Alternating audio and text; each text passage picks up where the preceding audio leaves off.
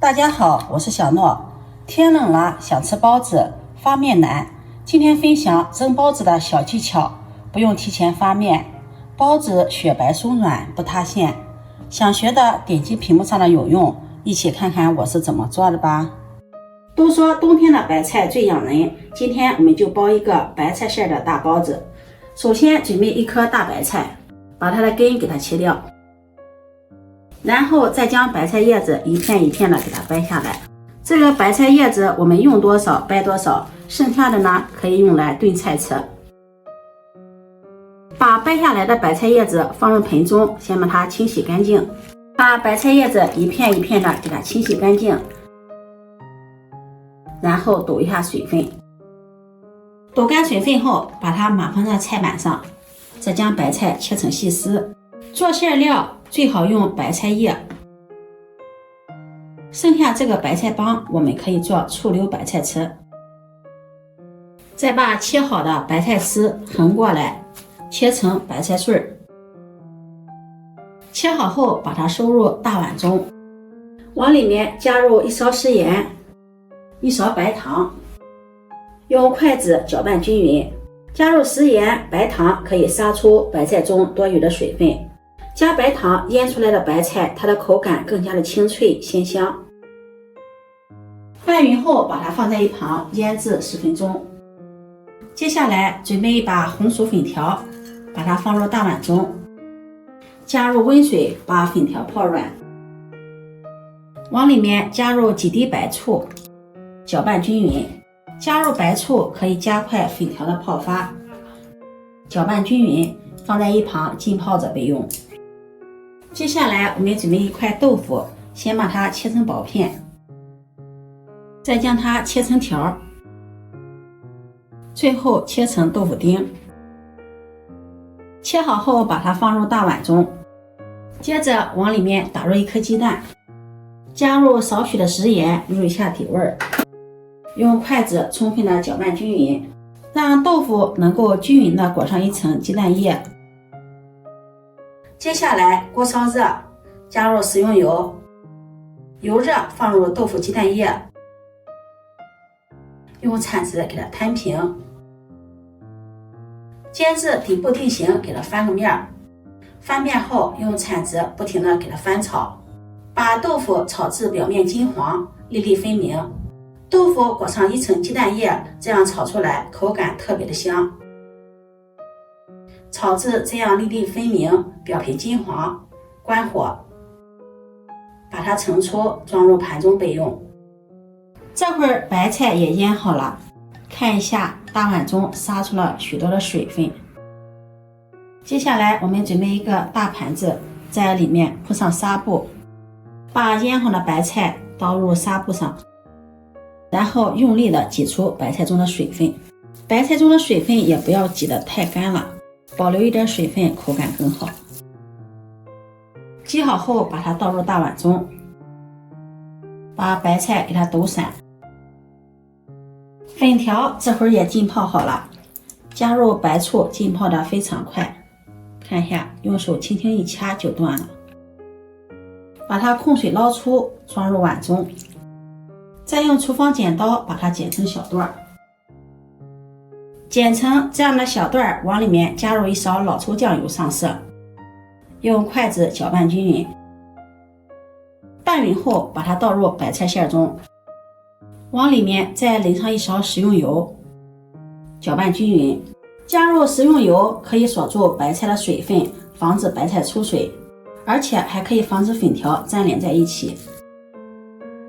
拌匀后放入我们炒好的鸡蛋豆腐，再放上提前切好的小葱花。下面我们开始调味，往里面加入少许的食盐，这里盐不要放多了，因为白菜我们用盐腌过了。1勺十三香，1勺甜面酱，再淋上香油增香。用筷子充分的搅拌均匀，让调料和食材充分的混合在一起。搅拌均匀，我们香喷喷的白菜馅料就调好了。这样调好的白菜馅也可以包馅饼、包饺子都可以的。